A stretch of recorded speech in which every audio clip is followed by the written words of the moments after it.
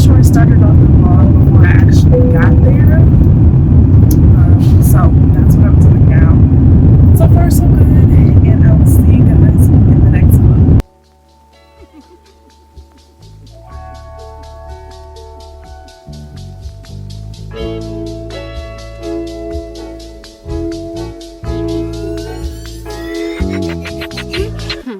Hey crew, so it is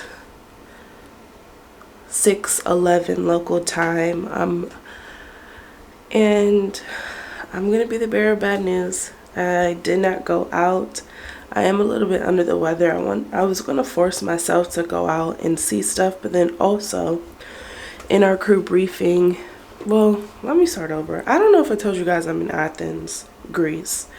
In our crew briefing, the flight attendants were saying that it is Orthodox Easter, so nothing is going to be open. So that was the next battle I had because of Easter, which is fine. Hopefully I will be back to Greece sometime soon, but enough of me rambling.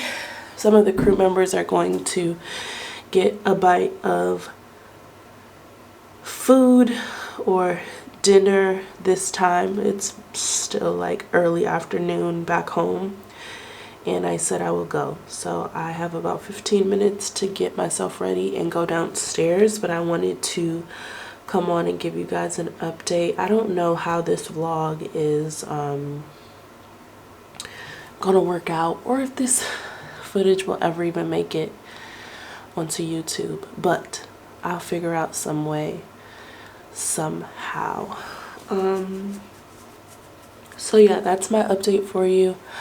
I'm gonna start getting ready, and I will try and record some stuff for you depending on wherever we go. So I'll see you guys in the next clip.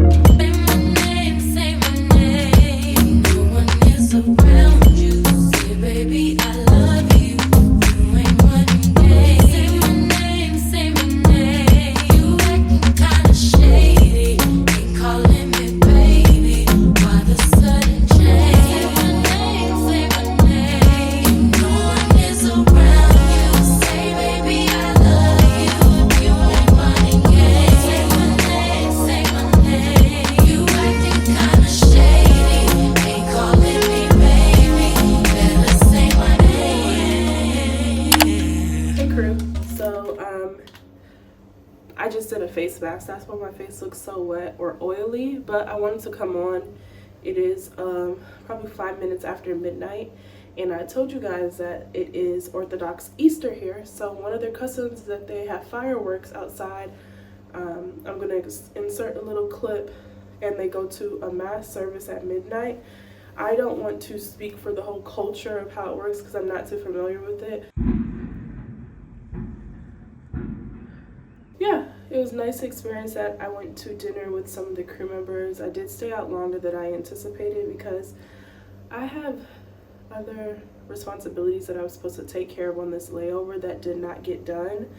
And I'm trying to debate on whether or not I'm going to stay up late and do that because I do have an early pickup. One of them being getting out another video for you guys because it has been a few weeks.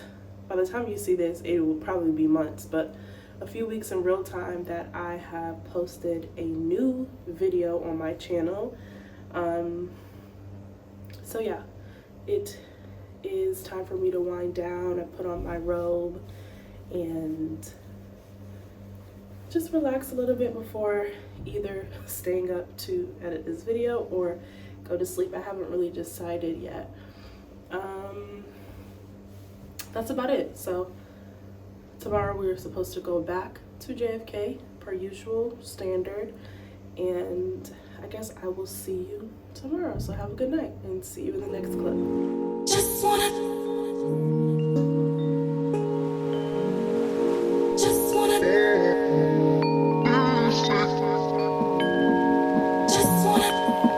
Hey crew, so I needed to close out this vlog. I don't even know if I really vlogged this trip, but if I did, you'll see this clip, but if I didn't, it'll be in the archives. Anywho, it's been a while since I came back from Greece, and you guys, that flight back, I definitely worked for my money. So the flight was 100% full, which is no problem because that's pretty much every flight lately. I worked back, meaning that I worked in the main cabin going and coming. For my airline, typically when we sign up for our positions for an international trip, if you're working in the back going to the destination, you'll be working in the front, which is like first class, coming back to the States. But depending on the aircraft, there are some aircrafts where there's positions where you could work back. Is there positions where you can work front? I don't know, but I'm going off on a tangent. Anywho, so I was working in the back again, coming back to the States. We were 100% full. Now I want to give you guys, set the scene for you. So on an international flight, typically we're on a wide body aircraft. Why is this battery dying too? And I just put it in. Hold on. Yeah, like I was saying before, I was rudely interrupted by this battery. When you're on a wide body aircraft, typically it can hold upwards of 200 plus passengers. And on those planes, you know, there are some people who have dietary restrictions. And in that case, they will contact the airline and try and order a special meal, or at least that's what they're supposed to do, that can accommodate their restrictions. Now, some people don't do it. Some people bring their own food, and I commend them on that because you know what you're eating, you know what you like, and that solves the problem of not liking the food that the airline offers. Now, some people don't do that, and that's their business. I can't force them to come prepared and bring their own food. And then there's some people who have dietary restrictions, are aware that they need to order a special meal, and don't do it, but still expect the airline to have it on the plane. And that's what we ran into, but it gets a little bit worse. So typically on those flights, when we're on the wide body aircrafts, there is probably like 10 to 20 special meals, which is not a lot. We had over 100 special meals. We had 40 that were regular, you know, say they don't eat meat or they're vegan or vegetarian, stuff like that. We had 40 of those meals in different varieties of dietary restrictions. Then we had 60 kosher meals. Now, kosher meals are a bit tricky because they have to be opened by someone. Please correct me because I'm not very well versed on the Jewish religion or Judaism. Is that the correct term? But basically, the meals were wrapped and we were not allowed to open them because of a reason I can't remember. Beside that, remember I said there were people who needed special meals but did not order special meals. So among those 60 people who ordered special meals, we probably had another 20 people who did not order special meals but only wanted to eat kosher meals. Well, that's a problem because they only cater special meals according to the ones who ordered it. So service took much longer than it normally does because we had to go one by one by our manifest and make sure we handed out the special meal to the person who actually ordered it. Now, when the person who did not order it saw the person getting their special meal, they're like, well, I want one too.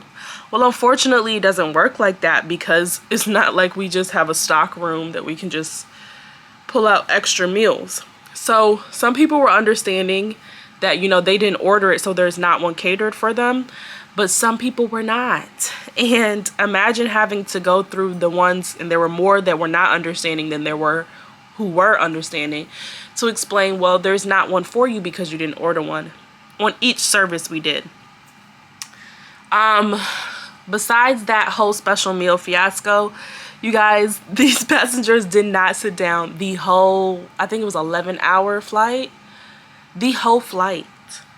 They were in the aisle. We're trying to do service, they're standing in the aisle. We're trying to collect trash, they're standing in the aisle. We're trying to bring the carts and reposition the carts, they're standing in the aisle.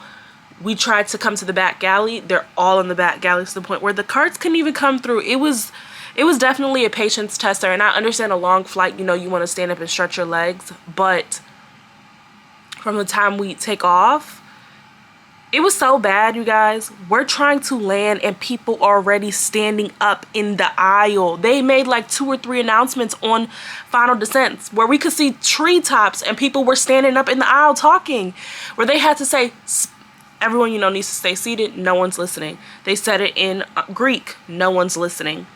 They made another announcement. No one's listening. They said it again in Greek. No one is listening. The third announcement wasn't as nice as the other 2 because we were literally about to hit ground and people are still standing up in the aisle. It was crazy. Aside from that, I don't really even know what I vlogged, so if I'm repeating myself, I apologize. But this was my first time in Greece. It unfortunately, well, not unfortunately, but you know, it was Orthodox Easter, so a lot of things were closed, but I did still enjoy my experience. I went to dinner with the crew members and walked around a little bit, and it was nice. I would definitely come back. I think I would prefer to come back as a passenger to really explore. Not saying that the flight was horrible. Excuse me, you guys, I don't know what's going on with my voice.